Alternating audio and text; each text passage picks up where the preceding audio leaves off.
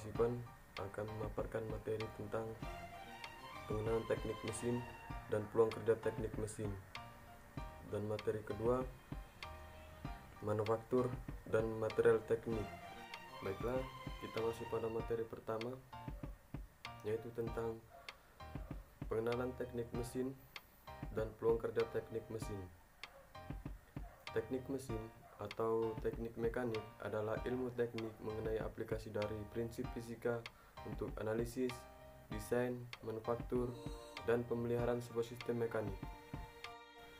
Bidang-bidang kejuruan teknik mesin, yang pertama yaitu perancangan konstruksi, kedua mesin pendingin, ketiga motor bakar, empat mesin fluida, kelima peralatan hidrolik dan pneumatik, 6 mesin angkat, 7 mesin angkut, 8 pesawat terbang, 9 perkapalan, dan 10 manufacturing.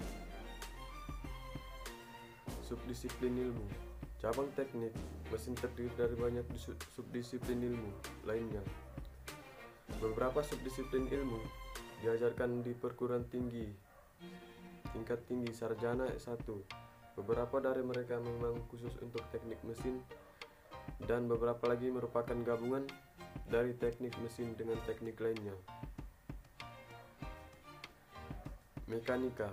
Mekanika adalah bidang ilmu yang mempelajari gaya dan efeknya pada suatu benda.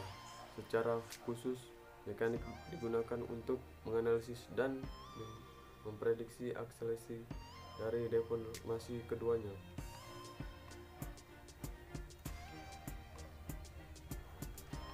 Kinematika. Kinematika adalah ilmu yang mempelajari perangkat dari suatu benda dan sistem tanpa memperdulikan gaya menyebabkan pergerakan itu. Osilasi dari piston dalam mesin adalah satu contoh sistem kinematika sederhana. Mekatronika dan robotika. Mekatronika dan cabang antarudisiplin yang menggabungkan teknik mesin, teknik listrik, dan rekayasa perangkat lunak. Dan robotika adalah aplikasi dari ilmu mekatronika untuk menciptakan sebuah robot yang biasanya sudah sering digunakan untuk tugas berbahaya. Analisis struktural. Analisis struktural merupakan cabang dari ilmu teknik mesin dan juga teknik sipil yang digunakan untuk melihat mengapa dan bagaimana suatu objek mengalami kegagalan. Kegagalan dalam struktural dapat dilihat dengan dua tipe. Yang pertama, kegagalan struktural. Kedua, kegagalan kelelahan. Termodinamika dan ilmu panas. Termodinamika adalah ilmu yang digunakan di beberapa ilmu teknik, termasuk teknik mesin dan teknik kimia. Termodinamika mempelajari energi, penggunaannya, dan cara mengubahnya melalui sistem. Lebih spesifikasi, termodinamika di dalam teknik lebih mengedepankan bagaimana mengubah energi yang satu ke energi lainnya. Apa yang dimaksud proyeksi kerja? Proyeksi kerja adalah penggambaran peluang kerja yang tersedia di masa depan. Apa saja peluang-peluang kerja untuk lulusan teknik mesin? Yang pertama yaitu perusahaan dan industri. Kedua, petugas PLN. Tiga, pertambangan. Keempat, dosen. 5, mekanik desainer. 7, PNS. 8, jurnalis. 9, peneliti. Dan terakhir, guru. Ini adalah contoh dari pekerjaan untuk teknik mesin. Baiklah, kita masuk pada materi kedua, yaitu manufaktur dan material teknik. Manufaktur dalam arti luas adalah proses pengubah bahan baku menjadi produk yang berhubungan dengan berbagai praktik manufaktur serta penelitian dan pengembangan sistem, proses, mesin, alat, dan perlengkapannya. Berikut adalah proses manufaktur. Yang pertama, bahan baku, lalu bahan diproses, dan bahan setelah diproses. Dalam manufaktur, desain produk, persiapan material, bahan mentah, proses pembuatan, quality control. Proses manufaktur dapat dibagi dalam dua jenis operasi utama. Yang pertama, operasi pemuresan. Operasi pemuresan ini merubah benda kerja dari suatu bentuk ke bentuk yang diinginkan. Dan kedua, operasi perakitan. Operasi ini menyambungkan atau menyatukan dua atau lebih komponen-komponen. Pengertian material teknik. Material teknik adalah material untuk atau zat dasar menyusun suatu benda yang digunakan dalam bidang teknik seperti industri, manufaktur, perancangan, simulasi, dan rekayasa. Berikut adalah jenis-jenis material teknik. Yang pertama, logam. Material logam tersusun dari atom. Atom yang merupakan unsur terbanyak dalam tabel periodik. Atom-atom logam saling berkaitan dalam bentuk ikatan logam, di mana elektron valensianya bebas bergerak sehingga material ini memiliki konduktivitas listrik dan konduktivitas termal yang cukup baik serta tidak tembus cahaya. Berikut adalah contohnya seperti besi, baja, aluminium, tembaga, emas, perak, dan lain-lain. Dan kedua adalah polimer. Material yang termasuk dalam klasifikasi polimer yaitu karet dan plastik. Umumnya, polimer merupakan senyawa organik dengan unsur dasar berupa karbon, oksigen, dan hidrogen. Ketiga, keramik. Keramik merupakan senyawa antar unsur logam dan non-logam yang memiliki ikatan kovalen atau ionik. Umumnya senyawa material keramik berada dalam bentuk senyawa oksida, nitrida, karbida. Beberapa material termasuk ke dalam klasifikasi keramik yaitu gelas, kaca, semen, dan keramik yang terbuat dari lempung. Keempat, komposit. Material komposit merupakan gabungan lebih dari suatu macam material. Contohnya yang paling umum adalah fiberglass, yaitu yang terdiri dari serat gelas atau keramik sebagai penguat yang dipadukan dengan material polimer. Kelima, semikonduktor. Semikonduktor memiliki sifat pengantar listrik di antara konduktor dan isolator. Selain itu, pengantar listrik sangat sensitif terhadap kehadiran atom pengotor, walau hadir dalam jumlah kecil sekalipun. Kehadiran atom pengotor ini harus dikontrol dalam daerah yang sangat kecil, yang menghadirkan berubah revolusioner pada beberapa perangkat elektronik dan komputer. Keenam, biomaterial. Biomaterial mencakup material yang dicangkokkan atau ditanamkan ke dalam tubuh manusia atau hewan yang berfungsi sebagai pengganti anggota yang rusak atau tidak berfungsi. Material ini boleh mengandung zat berbahaya dan racun ketika berada dengan tubuh manusia dan harus kompatibel dengan jaringan sel. Contohnya seperti di gambar.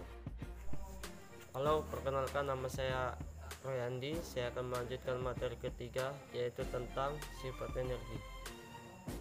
Hukum kekekalan energi, yaitu energi tidak dapat dimusnahkan tapi dapat dirubah ke dalam bentuk yang lain.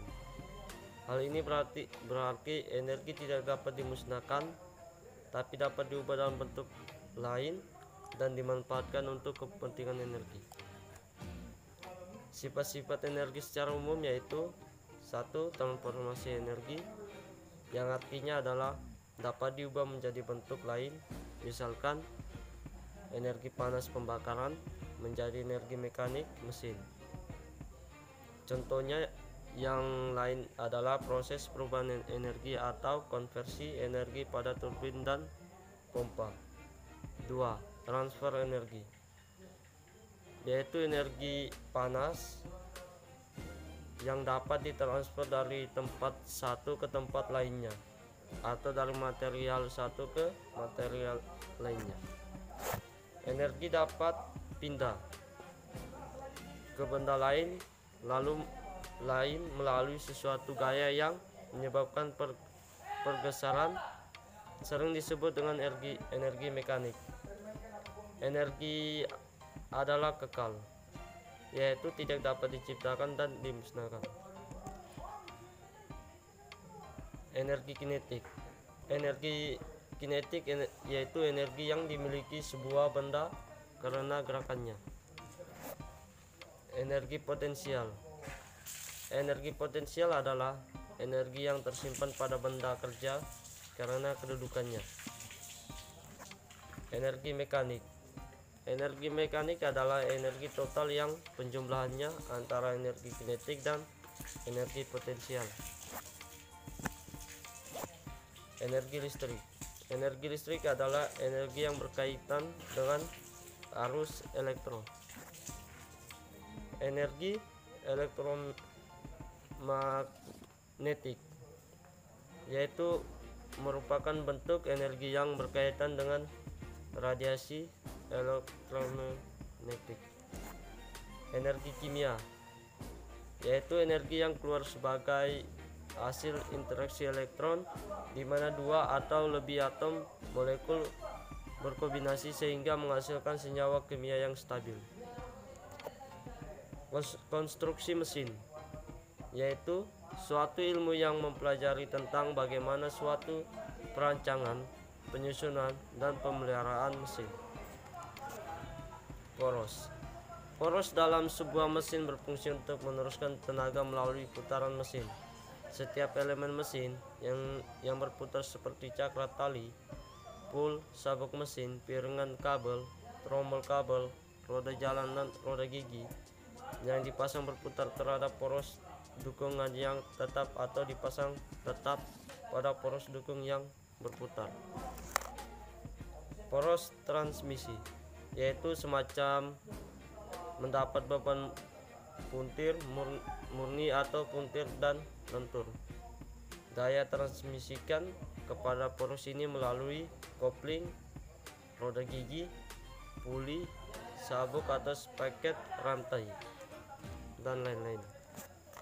Poros spindle, poros transmisi yang relatif pendek seperti poros utama mesin perkakas, di mana beban utamanya berupa putiran, disebut spindle.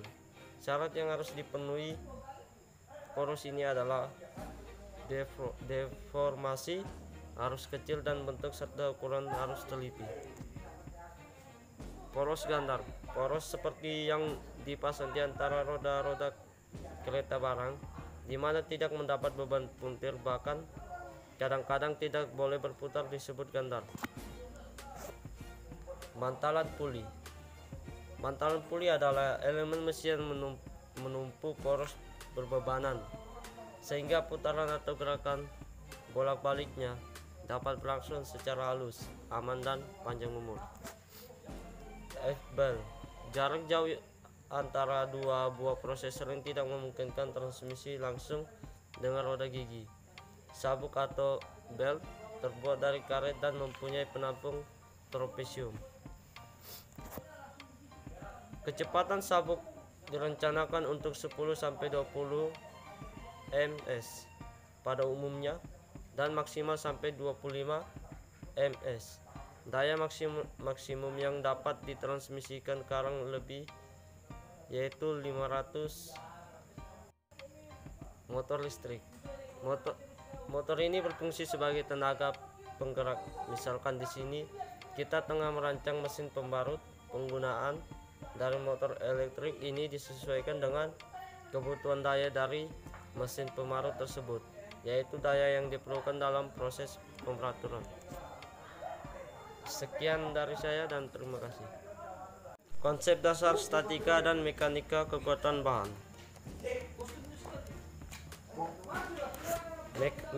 Mekanika kekuatan bahan. Mekanika kekuatan bahan teknik dapat didefinisikan sebagai suatu disiplin ilmu yang mempelajari tentang kekuatan suatu konstruksi, baik di bidang teknik mesin maupun gedung dan bangunan teknik sipil. Banyak hal yang dapat dipelajari dalam mekanika kekuatan bahan teknik. Hal-hal tersebut yaitu: 1. Jenis pembebanan yang diberikan terhadap suatu konstruksi. 2. Gaya-gaya yang bekerja di dalamnya. 3. Tegangan yang terjadi karena konstruksi atau pembebanan. Dan 5. Mempelajari jenis bahan dan kasus pembebanan yang diberikan sampai menentukan tegangan yang diizinkan. Fungsi mekanika. Fungsi mekanika yaitu: 1. Menentukan dimensi yang diferensial, yaitu apabila beban dan bahan diketahui atau ditentukan. 2. Menentukan beban maksimum, yaitu apabila dimensi dan bahan diketahui atau ditentukan. 3. Menentukan bahan yang sesuai atau cocok, yaitu apabila beban dan dimensi diketahui. Lanjut, gaya dalam pembebanan. Gaya dalam adalah gaya yang terjadi di dalam suatu elemen konstruksi atau batang. Gaya dalam ini sebagai akibat adanya pengaruh dari gaya dari luar yang bekerja. Gaya dalam klasifikasikan menjadi 2, yaitu: 1. Gaya normal atau gaya aksial. 2. Gaya tangensial atau gaya melintang. Pembebanan adalah dalam ilmu mekanika kekuatan bahan teknik yang dimaksud lebih pada arahnya kerjanya. Pembebanan dikategorikan menjadi 5 jenis, yaitu: 1. Pembebanan tarik, pembebanan tekan, pembebanan bengkok, pembebanan geser, dan pembebanan puntir. Tegangan. Tegangan ialah besarnya gaya yang diberikan persatuan luas penampung. Tegangan diklasifikasikan menjadi 2 jenis, yaitu tegangan normal, tegangan tangensial. Sedangkan menurut jenis perubahannya yang diberikan, tegangan diklasifikasikan menjadi 5 jenis, yaitu tegangan tarik, tegangan geser, tegangan tekan, tegangan puntir, tegangan bengkok. Halo, saya Amos. Di sini saya akan menjelaskan tentang kekuatan material dan mekanika fluida dan penerapannya. Yang pertama adalah kekuatan material. Sifat mekanik. Sifat mekanik adalah sifat yang menyatakan kemampuan suatu material atau komponen untuk menerima beban, gaya, dan energi tanpa menimbulkan kerusakan pada material atau komponen tersebut. Kekuatan merupakan kemampuan suatu material yang menerima tegangan tanpa menyebabkan material menjadi patah. Berdasarkan pada jenis beban, kekuatan dibagi dalam beberapa macam, yaitu kekuatan tarik, kekuatan geser, kekuatan tekan, kekuatan torsi, dan kekuatan lengkung.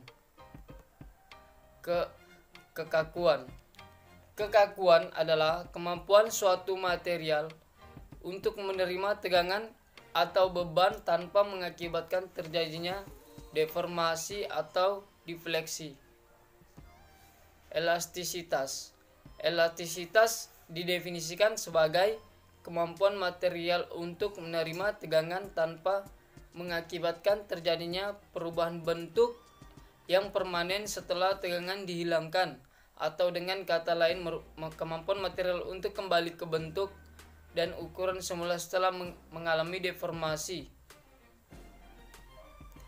Plastisitas. Plastisitas adalah kemampuan material untuk mengalami deformasi plastik tanpa mengalami kerusakan. Material yang mempunyai plastisitas tinggi dikatakan sebagai material yang ulet, sedangkan material yang mempunyai plastisitas rendah dikatakan sebagai material yang getas. Keuletan. Keuletan adalah suatu sifat material yang digambarkan seperti kabel dengan aplikasi kekuatan tarik. Material dektil ini harus kuat dan lentur. Keuletan biasanya diukur dengan suatu periode tertentu, persentase keregangan. Sifat ini biasanya digunakan dalam bidang perteknikan, dan bahan yang memiliki sifat ini antara lain besi lunak, tembaga, aluminium, nikel, dan lain-lain. Ketangguhan. Ketangguhan merupakan kemampuan material untuk menyerap sejumlah energi tanpa mengakibatkan terjadinya kerusakan. Kegetasan. Kegetasan adalah suatu sifat bahan yang mempunyai sifat berlawanan dengan keuletan. Kerapuan ini merupakan suatu sifat pecah dari suatu material dengan sedikit pergeseran permanen. Material yang rapuh ini juga menjadi sasaran pada beban. Dan selanjutnya adalah mekanika fluida dan penerapannya. Mekanika fluida merupakan suatu cabang ilmu pengetahuan alam, tepatnya mekanika, yang mempelajari tentang zat alir dalam keadaan bisa mengalir dan memberikan sedikit hambatan terhadap perubahan bentuk ketika ditekan di dalam kehidupan sehari-hari. Peristiwa ini mekanika fluida dapat dilihat baik itu yang dilakukan oleh alam maupun oleh manusia. Fluida berdasarkan statusnya terbagi dua, yaitu fluida cairan dan fluida gas. Fluida cairan mempunyai permukaan bebas dan masanya akan mengisi ruangan sesuai dengan volumenya serta tidak termampatkan. Sedangkan fluida gas tidak mempunyai permukaan bebas dan masanya selalu berkembang mengisi seluruh volume ruangan serta dapat dimampatkan. Sedangkan fluida berdasarkan mengalir atau tidaknya terbagi dua juga, yaitu fluida statis dan fluida dinamis. Fluida juga memiliki ciri-ciri aliran-aliran, ada 4, yaitu yang pertama adalah aliran lunak dan aliran tak lunak, aliran termampatkan, aliran berolak, dan aliran kental. Penerapan fluida. Manfaat dan terapan fluida baik fluida statis maupun fluida dinamis bagi kehidupan sangat banyak dan bermanfaat bagi manusia untuk mempermudah aktivitas. Berikut ini adalah contoh penerapan fluida yang ada di sekitar kita. Mesin dan alat.